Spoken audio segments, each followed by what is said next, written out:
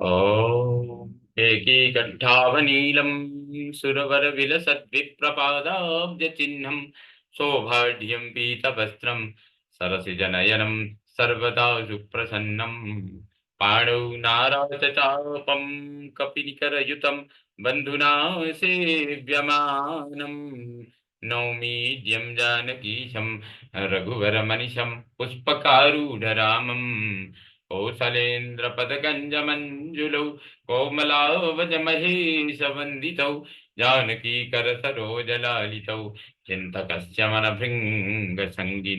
कुन्द इन्दुधरगौरसुन्दरम् अम्बिकापतिमभीष्टसिद्धिदं कारुणीककलकञ्जलोचनं नौमि शङ्करमनङ्गमोचनम् भवतां समेषां श्रीमद् वाल्मीकि रामायण पारायणोपक्रमे हार्दं स्वागतम् अभिनन्दनं च। इदानीम् उत्तरकांडस्य 80तमः सर्गः आरभ्यते। इस सर्ग में राजा दंड का भार्गव कन्या के साथ बलात्कार यह सब वर्णन वर्णित है।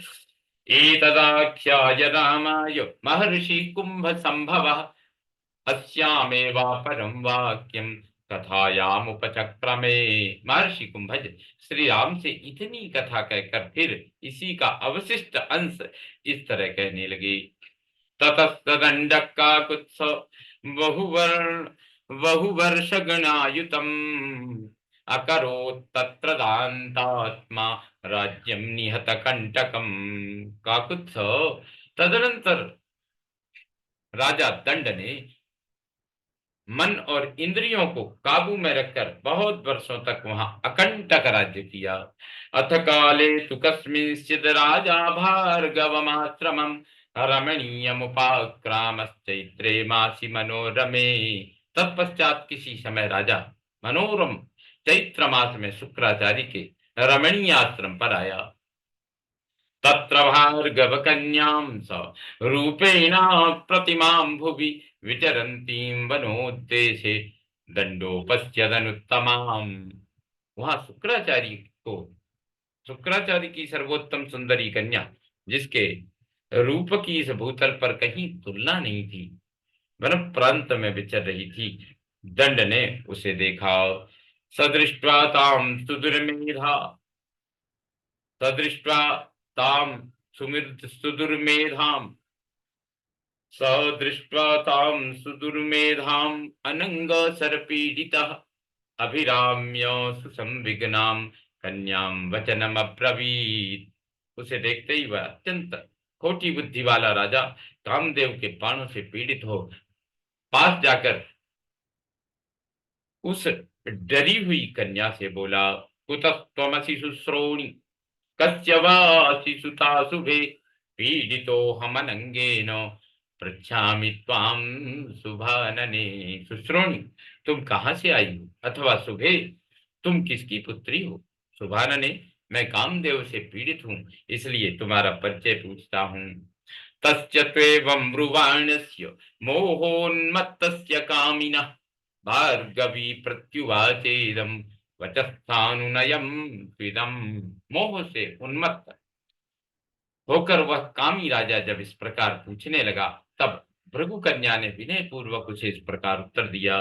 भार्गवस्य सुतां विद्धि देवस्याक्लिष्ट कर्मण अरजाम नाम राजेंद्र ज्येष्ठामाश्रमवासिनी। राजेंद्र तुम्हें ज्ञात होना चाहिए कि मैं पुण्यकर्मा शुक्र देवता की ज्येष्ठ पुत्री मेरा नाम अरजा है। मैं इसी आश्रम में निवास करती हूँ। मामां स्पृशबलाद् राजन् कन्या पितृवशाह्यहम् गुरु पिता मे राजेंद्र त्वं च शिष्यो महात्मनः। राजन बलपूर्वक मेरा मेरा स्पर्श न करो मैं पिता के अधीन रहने वाली कुमारी कन्या हूँ। राजेंद्र मेरे पिता तुम्हारे गुरु हैं और तुम उन महात्मा के शिष्य हो। व्यसनम सुमहत क्रुद्ध सते दद्यान् महातपा यदि वान्यन्मया कार्यम यदि वान्यन्मया कार्यम धर्मदृष्टे न सत्पथा वरयस्व नरश्रेष्ठ पितरं मे महाद्युतिम् अन्यथा तु फलं तुभ्यं भवेत् घोराभिसंहितम। नरश्रेष्ठ, वे महातपस्वी हैं। यदि कुपित हो जाएं तो तुम्हें बड़ी भारी विपत्ति में डाल सकते हैं।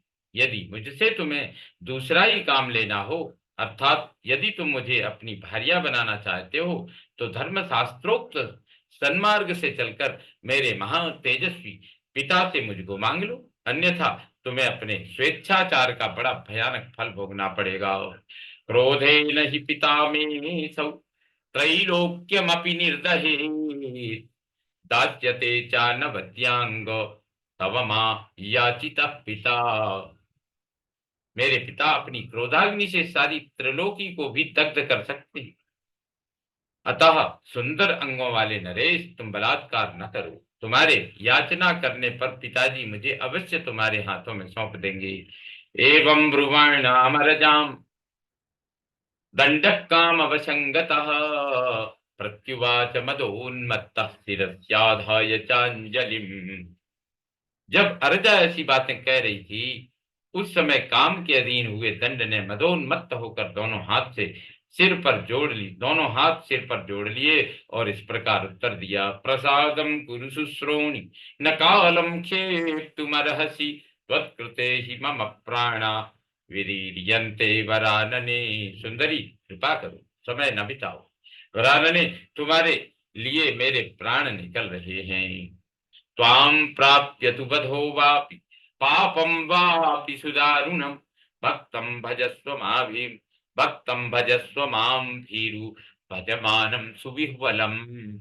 तुम्हें प्राप्त कर लेने पर मेरा वध हो जाए अथवा मुझे अत्यंत दारुण दुख प्राप्त हो तो भी कोई चिंता नहीं है। भीरु, तुम्हारा मैं तुम्हारा भक्त हूँ।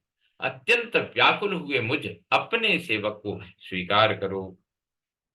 एवमुक्त्वा तु तां कन्यां दोर्भ्यां प्राप्य बलाद् बली विस्फुरन्तीं यथा कामं मैथुनायोपचक्रमे। ऐसा कहकर उस बलवान नरेश ने उस भार्गव कन्या को बलपूर्वक दोनों भुजाओं में भर लिया। वह उसकी पकड़ से छूटने के लिए छटपटाने लगी, तो भी उसने अपनी इच्छा के अनुसार उसके साथ समागम किया। तमनर्थं महाघोरं दंडं कृत्वा सुदारुणं नगरं प्रययावासु मधुमन्तमनुत्तमम्। वह अत्यंत दारुण एवं महाभयंकर अनर्थ करके दंड तुरंत ही अपने उत्तम नगर मधुमत नगर को चला गया। अरजा पिरुदंती सा आश्रमस्या विदूरतः प्रतीक्षते सुसंत्रस्ता प्रतीक्षते सुसंत्रस्ता पितरम देव सन्निभम।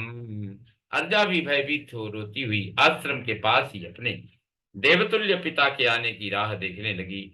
इत्यार्थ से श्रीमद् रामायणे वाल्मीकि आदि काव्ये उत्तरकांडे अशीतितम सर्गस्तम पूर्णताम याति।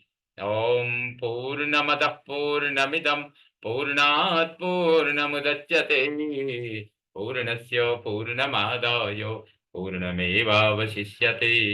ओम शांति शांति शांति। सर्वे भवन्तु सुखिनः, सर्वे सन्तु निरामया, सर्वे भद्राणि पश्यन्तु, मा कश्चित् दुःखभाग् भवेत्। ओम शांति शांति शांति।